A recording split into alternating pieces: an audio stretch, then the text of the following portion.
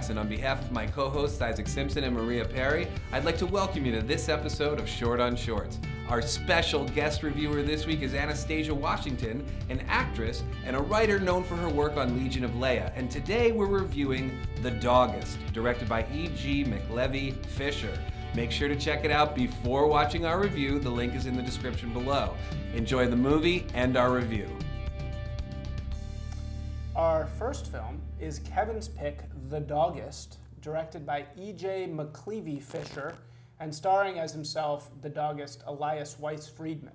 It is a short documentary about an Instagram celebrity who became famous for taking very professional photographs of dogs in New York City. He has 1.8 million Instagram followers. Kevin, why on earth did you choose this ridiculous film for us to talk about? Well, there are two reasons. One is that it's beautiful. I mean, it's stunning to look at.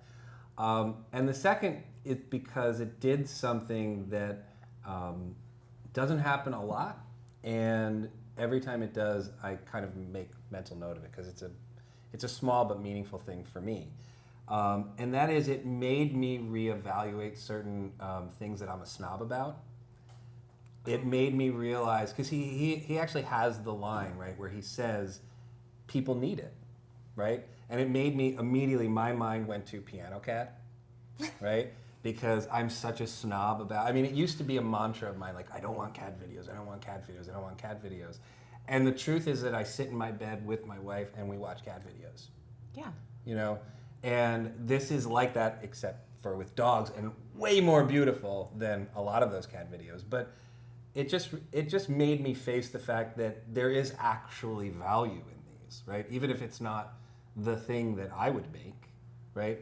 There is tons of value in just seeing adorable and, I mean, just adorable animals that have so much personality caught in this weirdly specific moment for each of them. That's why I chose it. It's so cute. That's Yes. why. And he's a very, very likable guy, right? He's very sort of, his name is Elias? Somebody help me. Elias, You know, he's very unassuming. There's very little ego to him. I He's think just that's like, an act, to be honest with Really? you. I don't think that's real. I mean, he turned around and immediately made like a coffee table book that he sells for $26.99. well, so what? Good for him. I just feel like it just seems to be the over-commodification of something that's completely inane and silly and... You're being so cynical about pictures of dogs. How is that possible? Because it's 'Cause he's cynical. silly. I It's just a understand, but silly, how can you dumb be that thing, cynical I don't about know. photos? Well, no, that's Very, I think that's exactly my point. You're right, but there's value in that. There's value in stuff that doesn't challenge you, that just makes you smile, that is just reminding you, it's reminding you of how much better things often are when we're simple. And we don't overcomplicate things. He makes that point too about how, he tries to be more like dogs. Which, all right, that was one moment where I was like, "Come on, you're pushing." But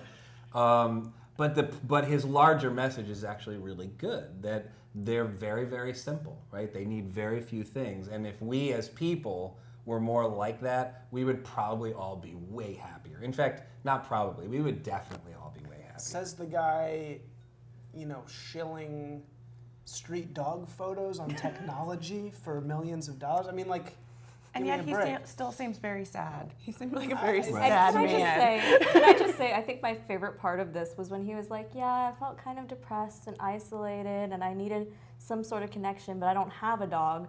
So he went out and took pictures of other people's dogs. And like, when you're talking to someone, the three things they really like talking about are where they live, their animals, and their kids if they have them.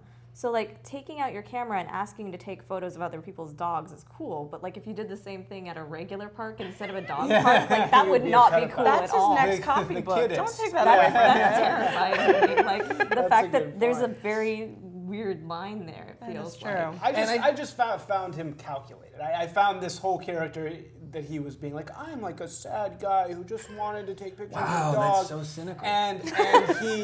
And he doesn't, like Maria's saying, he doesn't even have his own dog. Like, I think this was a guy sitting around being like, how can I get a shit ton of Instagram followers? People love looking at dogs. I'm gonna make But this you know happen, his coffee table book is just going to go to Urban Outfitters for like $3.